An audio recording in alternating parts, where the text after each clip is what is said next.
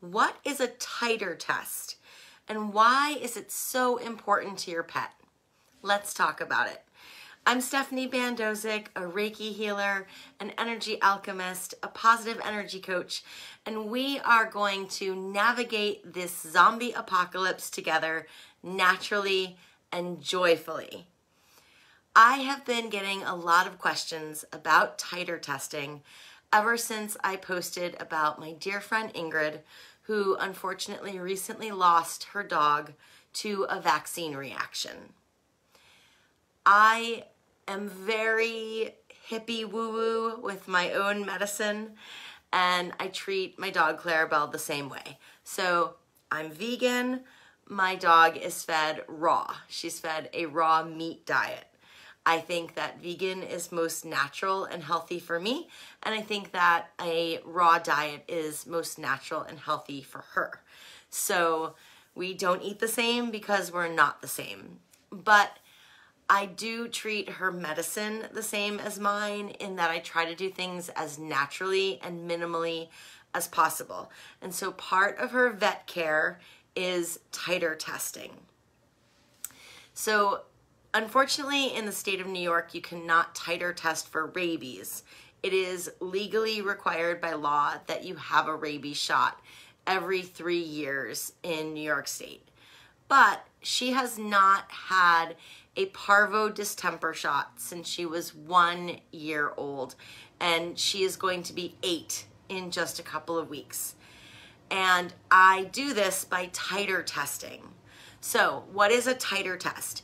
A titer test is a test, it's a blood test, and it measures the amount of antibodies in a blood sample. So when she got her heartworm test, I had them do an extra blood draw. They draw extra blood and they send it to Cornell University. At least that's where my vet works with. And in that test, they're able to decide what the level of antibodies are and whether she needs another booster shot. So technically, by the schedule that they give you at the vet, she has skipped 2 boosters. She should have had a booster for parvo distemper every 3 years. So she skipped one at 4 years old and she skipped one at 7 years old. And we just did her titer test and it came back in the high range. Out of 4 levels, there's very high, high, moderate, and low. And you don't need to vaccinate again until you reach the low range. So had I followed the regularly scheduled booster schedule for parvo distemper, I would have been grossly over-vaccinating and over-medicating Clarabelle. She did not need those 2 boosters.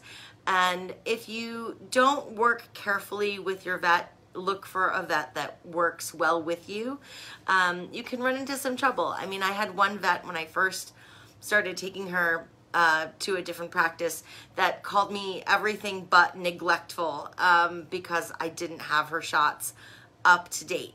But again, had I given her those boosters, she clearly did not need them. I would have been over-medicating her. And every vaccination carries a risk.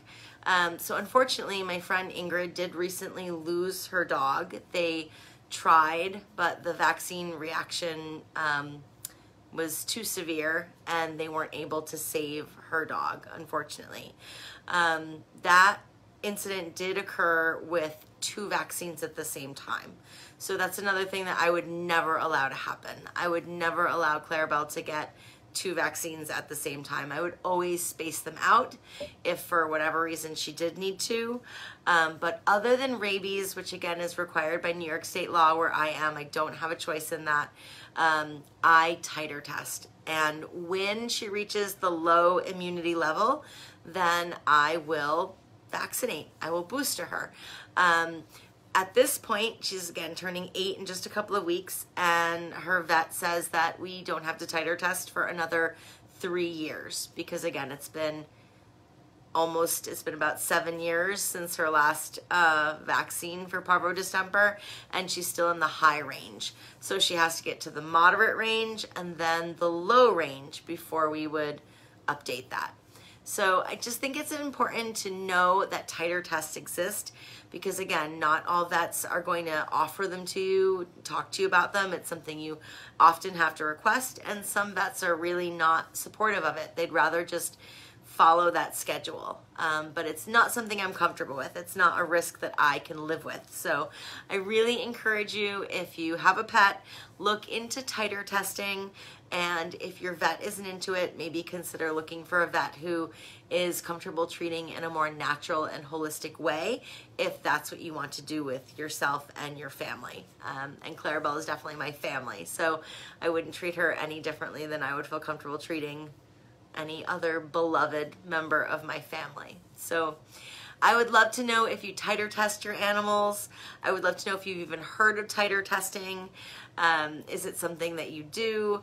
Is it something you have questions about? I am not a professional, but I will try my best to answer them or refer you to someone who can, because I have some great vets that that I go to, and I think we should all have professionals that we trust.